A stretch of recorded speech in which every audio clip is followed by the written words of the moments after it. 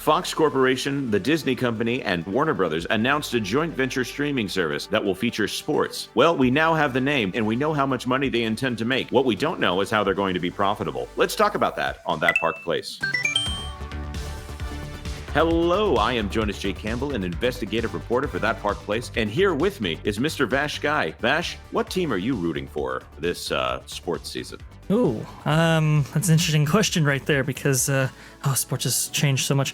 I'm an Arizona Cardinals fan, I believe, and we'll see how far they get before, I don't know, Kyler Murray gets injured or the coach gets fired or something happens, I'm sure. So, all right. We'll go with that. Well, that's all Greek to me, but let's talk about what I do like to know about sports, which is where you can find it. Disney, Fox, WBD streaming joint venture gets a name, either Venu or maybe Venu Sports by Dade Hayes here from Deadline. Look at that. They've got a logo, and it's a generic looking logo. Okay, hopefully they'll come up with something a little bit more striking before they launch. The sports streaming joint venture from Disney, Fox, and WBD finally has a name, Venu Sports. We thought it was going to be Hulu Sports or maybe even Spulu. That was the joke name that Todd Spengler from Variety called it. The company's name and logo were announced this morning by CEO Pete Dystad. The service expects to launch this fall in the U.S., though it faces a legal challenge from pay TV company Fubo and resistance from some corners of the industry and federal government. The company's first revealed plans for the initiatives last February. What do you think about that, Vash? Would Fubo and Venu, will they have a fight there over Hulu or Vudu? They might. I can see that popping off right there. Also, too, I'm noticing that in that logo, it kind of evokes an ESPN vibe, doesn't it? With some of the text and how it's curved. I would say that's a fair comparison there with the slanty letters, but they don't have a line going through it. Also, it's a lowercase e there. I wonder if they used a lowercase e specifically to avoid those comparisons to ESPN. Going back to this quote, they don't say who's saying it, but I'm assuming it's Venu Sports. We are excited to officially introduce Venu Sports, a brand that we feel captures the spirit of an all-new streaming home where sports fans outside of the traditional pay TV ecosystem can experience an incredible collection of live sports all in one place, Dystad said. There it is. As preparations for the platform continue to accelerate, we are singularly focused on delivering a best-in-class product for our target audience, built from the ground up using the latest technologies to engage and entertain discerning sports fans wanting one-stop access to live games. I'm not sure it's one-stop access. Vash, can you see any gaps here for Venu Sports? Well, if Warner Brothers doesn't get that deal negotiated with the NBA, I can see a gap there for sure.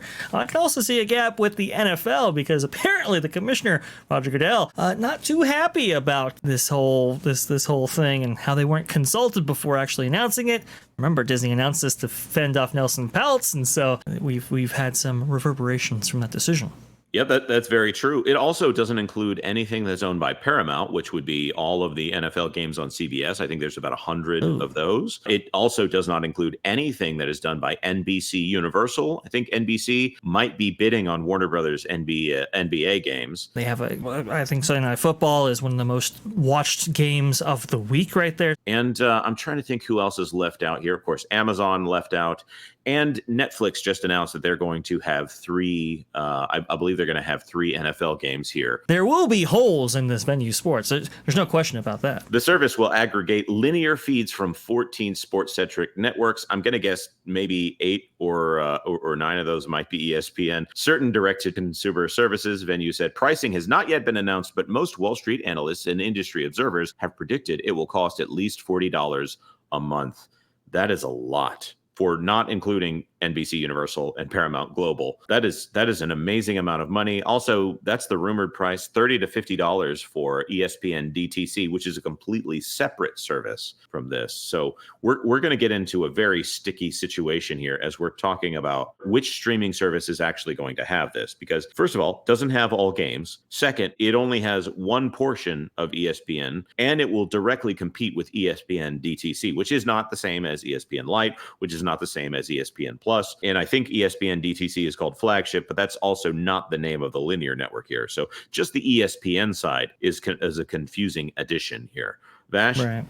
With that being said, would you pay $40 a month in order to access what is essentially TNT, Fox, and ESPN. No, there's no way I'm paying $40 a month for this service right here. I mean, look, if you were to say that you could get maybe every single game from every single sports, what is it, major league or whatever, I mean, maybe you could suggest that $40 a month is a really good value. But with so many holes, with so many services that you have to utilize to augment what you have in order to capture all those games, I don't see where necessarily the value is. Honestly, Jonas, yeah, I think the high seas is going to get there'll be more ships on there. I'll put it that way. We're not endorsing any of this here, but I know that games are more difficult and live streams are more difficult on that kind of business model. Here's the thing that I want to point out here. $40 a month, and Fox CEO Lachlan Murdoch earlier this year said his company is projecting Venu will attract about 5 million subscribers in 5 years, which is suggested is likely to be more of a complement to the pay TV bundle than a major threat. So if you have a pay TV bundle, would it not include most of these channels? TNT is part of, I mean, that's considered basic cable, if I'm not mistaken. Fox Sports, that's on the borderline for basic cable. ESPN, definitely part of most basic cable packages. So I'm very confused here as to what the intention here is. Though, let's just go through the numbers here. $40 a month, which is $480 a year per user. At 5 million subscribers, that's $2.4 billion a year. So that if it was split equally, we're talking about $800 million a year in just subscriber fees. Obviously, there's going to be ads on top of this.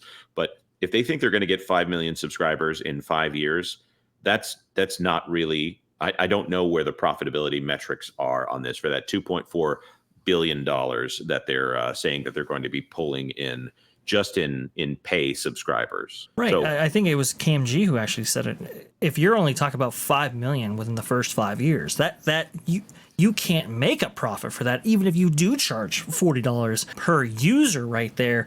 And obviously there are many holes that go along with that. I think the pay TV bundle thing that you were talking about before, Jonas. You know, it really all depends on these contracts from these broadcasters, and if they were able to get even streaming as part of their contract, they might not have. So that's why it might be a complement to pay TV bundles and not actually a replacement, at least not yet. This has problems all over it, Jonas. And honestly, this might even look worse than streaming in general did for Disney Plus under Disney originally, with so many gaps in content and so forth. Right. And just to add this, right now, if you buy YouTube TV, I think it's about $75 and you get most everything. There might be a couple of games that are on Netflix or Amazon, or maybe one that's on Peacock that is not included there. But if you have Comcast Xfinity, by the way, we're going to be talking about Comcast's response to some of this bundling here.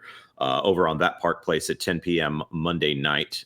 We're going to be doing an extra magic hours, specifically talking about the rebirth of cable and all the things that have now changed as these people are now getting aggressive and engaging in another land grab as cable tries to reform. And Comcast, I think, is probably better situated than anybody in this. We'll talk about that more later. But if you're talking about going to Comcast and saying, yes, I will subscribe to all of your things, you might get Disney Plus for free from doing that if they renegotiate the carriage deals between Comcast and Disney. You might even end up getting ESPN DTC for a discount from that. So I think that this might actually push more people back to cable. If you're really wanting all of that sports content, it sounds like the traditional cable model is slightly more expensive, but 300% more simple if you actually want to make sure that you're watching everything that you're able to watch. I don't think I'm crazy there. I'm not a sports fan, so I don't have skin in the game. I'm just looking at this from a financial standpoint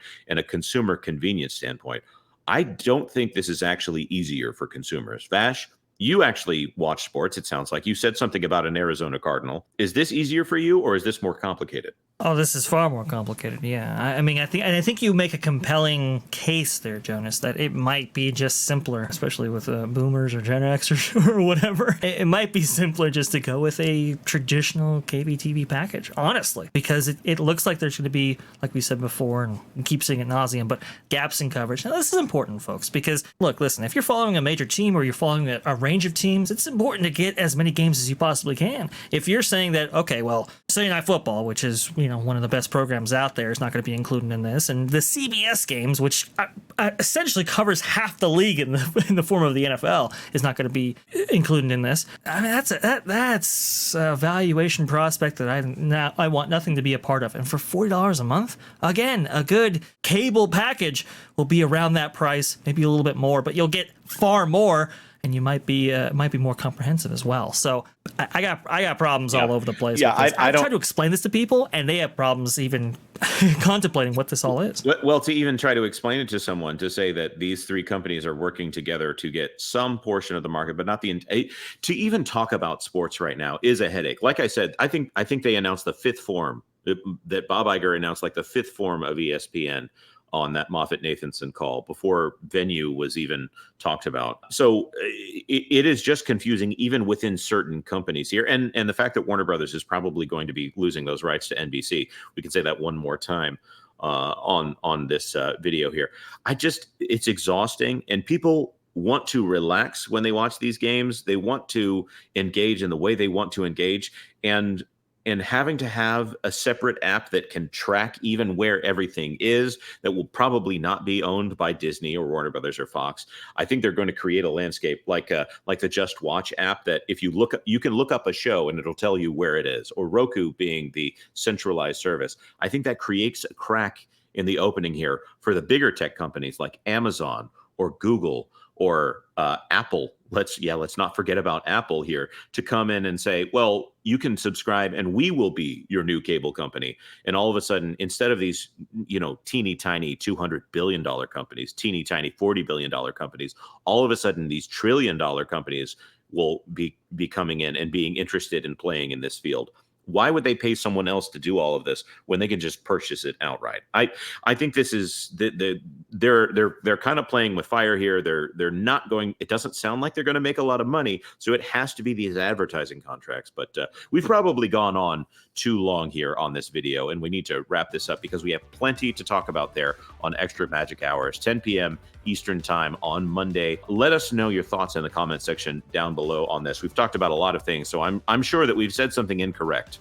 And that's why we like to throw it to the comment section so we can learn and grow and do better. Of course, like this video if you like this video. If this is the kind of subject that you want us to be covering on That Park Place more often, especially hit the like button, consider sharing it out. And if you would consider subscribing to That Park Place for all the news that should be fun. Thanks for watching That Park Place News. For more information, consider checking out www.thatparkplace.com. And don't forget to subscribe, share, like, and send this out on your favorite social media accounts.